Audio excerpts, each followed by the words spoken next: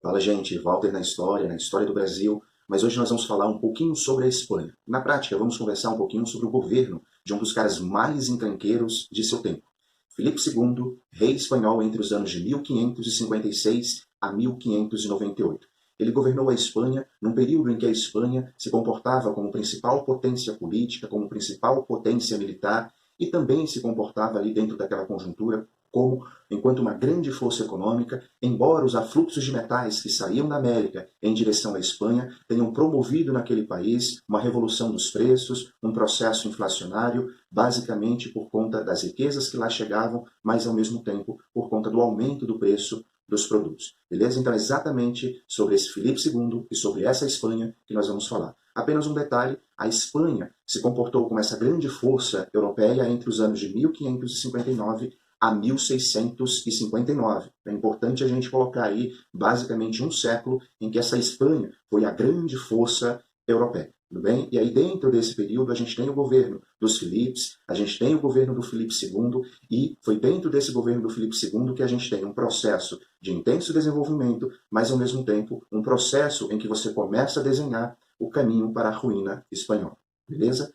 O Filipe II, ele era filho de uma infanta portuguesa chamada Isabel e também do poderoso imperador Carlos V. Carlos V dominou boa parte da Europa, mas após a sua morte houve uma divisão aí dos territórios dominados por ele e parte desses territórios ficaram com o seu filho Filipe II. Filipe II vai governar a região da Espanha, vai governar outras regiões europeias, mas o que nos interessa aqui é indicar o governo de Filipe II sobre uma região chamada Países Baixos, tá? E é exatamente nos Países Baixos que a gente vai ter o primeiro processo de crise, ou pelo menos uma etapa crítica em relação ao Filipe II. Filipe II, sendo ele um encrenqueiro, ele vai desenvolver uma série de inimizades dentro da Europa, em regiões como a região dos Países Baixos, como a região da própria França e a região da Inglaterra. Tudo bem? Então a gente vai falar um pouquinho sobre cada uma dessas regiões e o porquê o Filipe II tinha uma certa rivalidade sobre essas regiões, e essas regiões, a população, os governos dessas regiões mencionadas agora há pouco, tinham também uma certa rivalidade em relação a ele.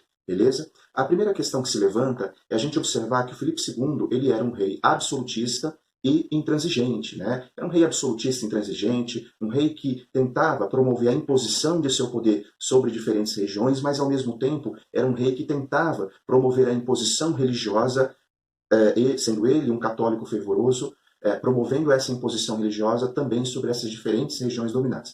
Vale destacar que a gente está falando de um contexto histórico de reformas religiosas, a gente está falando de um contexto histórico em que a Igreja Católica também já havia promovido a sua chamada Contra-Reforma através do Concílio de Trento, e sendo ele, Filipe II, um dos grandes representantes do catolicismo europeu, ele, claro, vai atuar de forma a tentar resgatar espaços que o catolicismo havia perdido na Europa em função da reforma protestante, do luteranismo e especialmente do calvinismo. Beleza? Então vamos falar primeiro sobre a região dos Países Baixos, sobre as revoltas que ocorreram na região dos Países Baixos. Tudo bem? A região dos Países Baixos é a região que a gente está falando ali, na região da Bélgica, na época havia um pedacinho da própria França, a região da Holanda. O que vai nos interessar mesmo é a região mais ao norte, onde serão formadas algumas províncias, e a partir dessas províncias nós teremos a origem da Holanda. Beleza? É essa região que efetivamente nos interessa. O que acontece dentro dessa região chamada de Países Baixos? Foi uma região que historicamente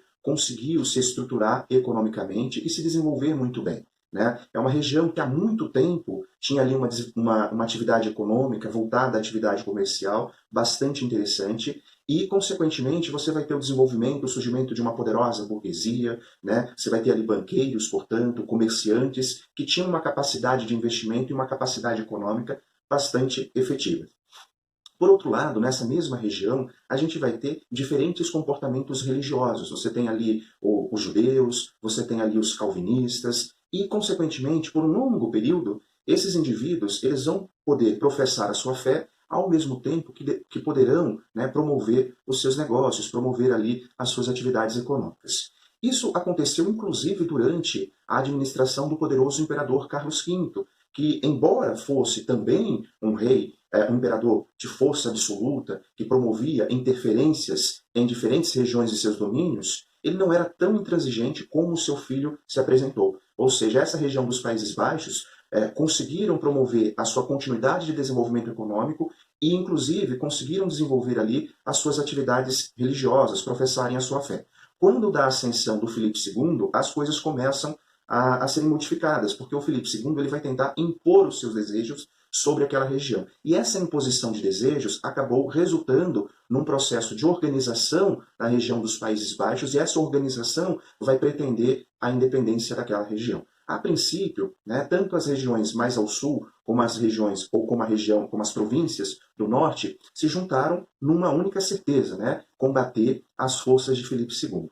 Mas à medida que o tempo foi passando, a gente vai observar que a região mais ao sul, habitada sobretudo por católicos e amedrontadas com a possibilidade de revoltas populares, com a possibilidade de perderem os seus privilégios, acabaram se alinhando ao Filipe II e abandonando as províncias do norte à própria sorte. E serão exatamente essas províncias do norte que efetivamente vão iniciar um processo de luta em prol da independência, ali por volta de 1572, beleza? E aí o tempo passou.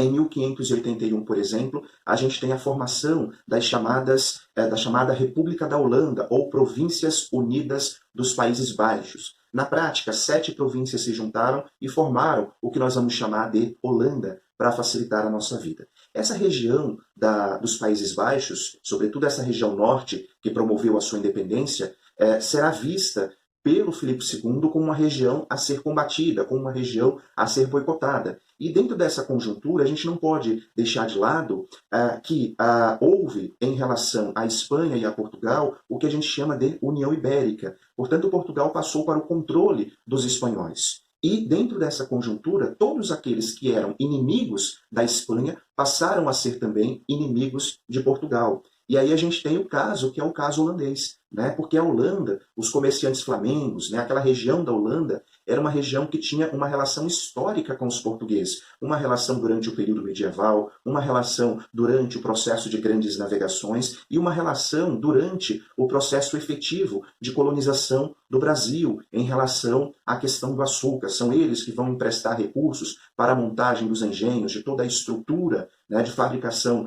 do açúcar, vão contribuir com o transporte, com o refino do açúcar e, consequentemente, com a comercialização. Quando eles passaram a serem vistos ali como inimigos espanhóis, tomada a conjuntura de União Ibérica, eles também serão vistos como inimigos de Portugal. Não que os portugueses tivessem esse desejo efetivo, mas serão obrigados a cumprirem um embargo econômico, ou seja, de cortarem relações com os holandeses, beleza? E aí a gente vai ver depois que essa situação, posteriormente, vai acabar levando os holandeses a um processo de invasão à América Portuguesa. Ou seja, se eles não estavam mais autorizados a estabelecerem relações econômicas com a América Portuguesa, ou seja, relações econômicas que tinham como principal objeto o açúcar, esses mesmos holandeses vão tentar invadir a região da América Portuguesa, ou seja, o Brasil, para eles mesmos terem o controle do açúcar. A princípio, 1624, a invasão à região de Salvador, depois eles tentarão novas invasões neste percurso da década de 20, mas em 1630 eles acabam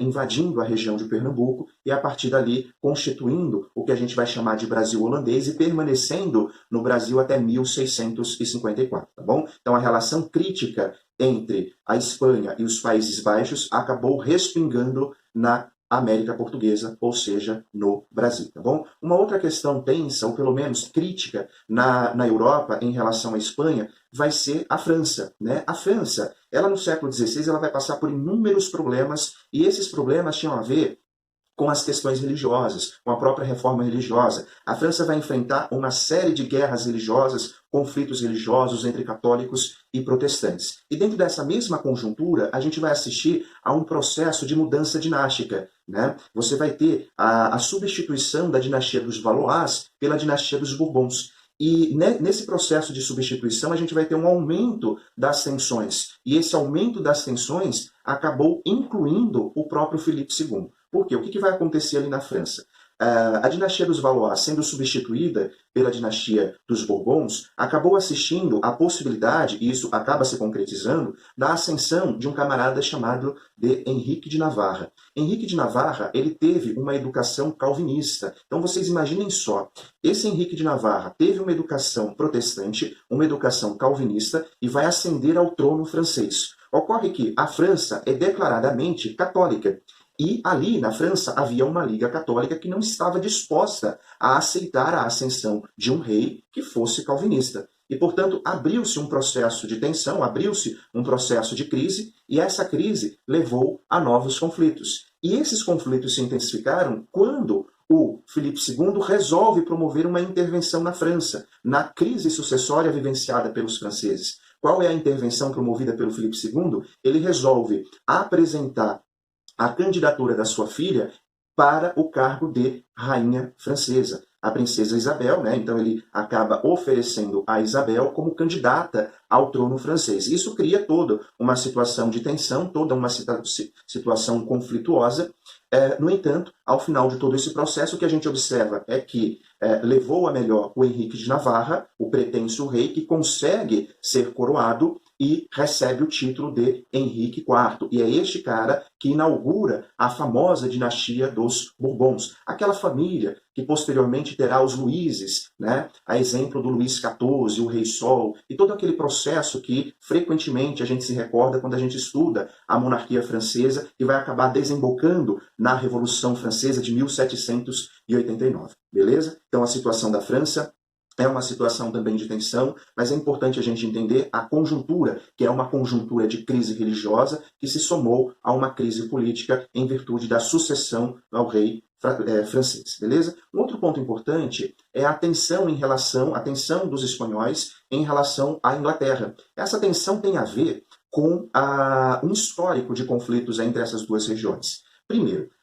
nesta época, a Inglaterra era governada pela rainha Elizabeth I, a poderosa rainha Elizabeth I, que junto ao seu pai, Henrique VIII, figuram como as principais figuras monárquicas da história inglesa, né? O Henrique VIII e a Elizabeth I. A Elizabeth I, inclusive, vai ser responsável por consolidar ou pavimentar caminhos para que a Inglaterra se transformasse posteriormente na principal potência europeia. Vale destacar que a rainha Elizabeth ela acabou se intrometendo em problemas que eram problemas dos espanhóis e dos Países Baixos. Lembra que eu falei que a região dos Países Baixos vão buscar a sua independência? Essa independência ela vai ser alimentada pelos ingleses, incentivada pelos ingleses. Portanto, o Filipe II já tinha uma certa rivalidade com a Inglaterra. E essa rivalidade ela se soma ao fato das ações daqueles que nós chamamos de corsários, né, os piratas ingleses.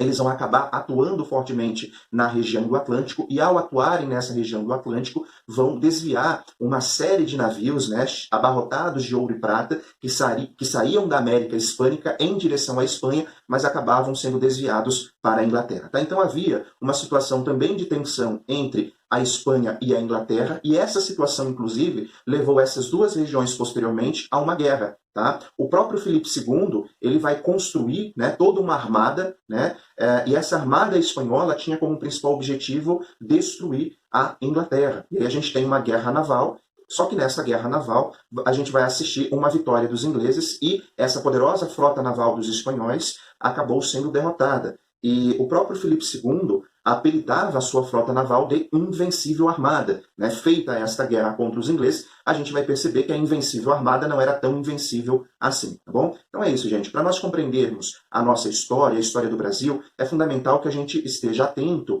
àquilo que estava acontecendo na Europa, a conjuntura europeia. Tudo bem? Então entender as ações de Filipe II é entender também como estará a própria América Portuguesa, porque é dentro dessa conjuntura que você tem o aumento das atividades dos corsários ingleses aqui na América Portuguesa também. É dentro dessa conjuntura que nós vamos ter a invasão do Maranhão, do que hoje nós conhecemos como Maranhão, pelos franceses, dando origem ali o que nós já estudamos, que nós vamos chamar de França equinocial, e é dentro dessa mesma conjuntura que nós vamos ter a invasão dos holandeses ao Brasil. É isso. Depois nós falamos sobre a invasão dos holandeses.